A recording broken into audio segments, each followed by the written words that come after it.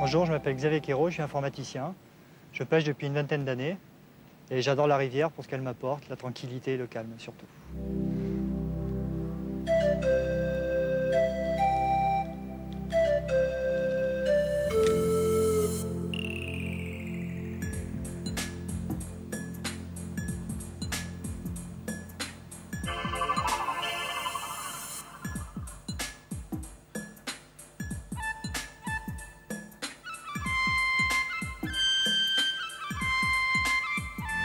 Donc cette pêche, on utilise des leurres de ce type-là, relativement légers. Pour permettre de lancer ces leurres à une distance correcte, on utilise un fil de diamètre, un fil nylon de diamètre relativement fin, 12 centièmes, 14 centièmes. Une canne qui est relativement courte pour pouvoir pêcher dans ces ruisseaux étroits. Une canne donc assez raide puisque les mouvements doivent être très peu amples. Et un moulinet relativement léger de manière à équilibrer la canne.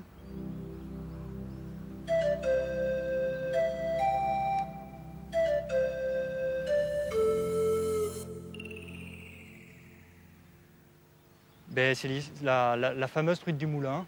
J'avais une dizaine d'années et on était donc la voiture garée à côté du moulin et on était en train de préparer le matériel pour pêcher à l'ultra léger sur une petite rivière.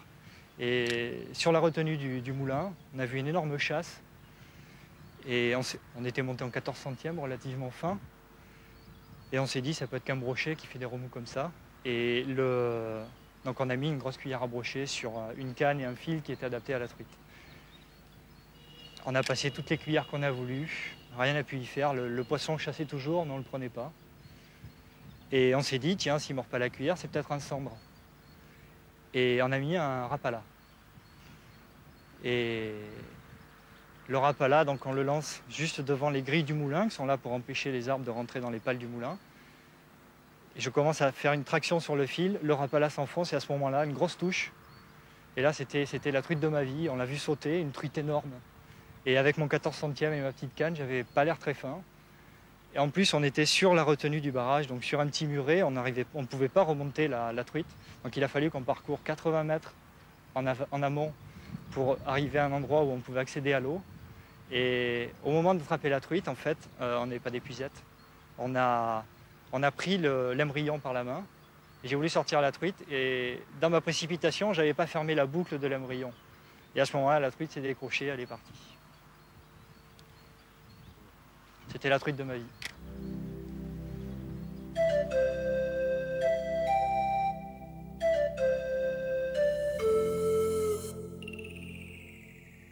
Une petite astuce pour aller chercher les poissons difficiles dans des endroits inaccessibles, c'est le lancer arbalète qui permet de pêcher à travers les frondaisons et la végétation lorsqu'on ne peut pas accéder sur ce poste depuis l'eau ou depuis le bord.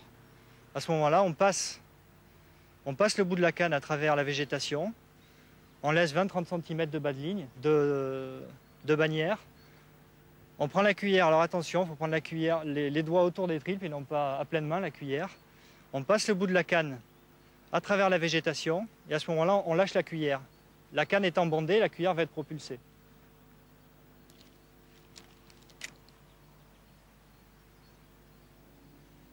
Et voilà, donc cette technique permet d'approcher des poissons difficiles.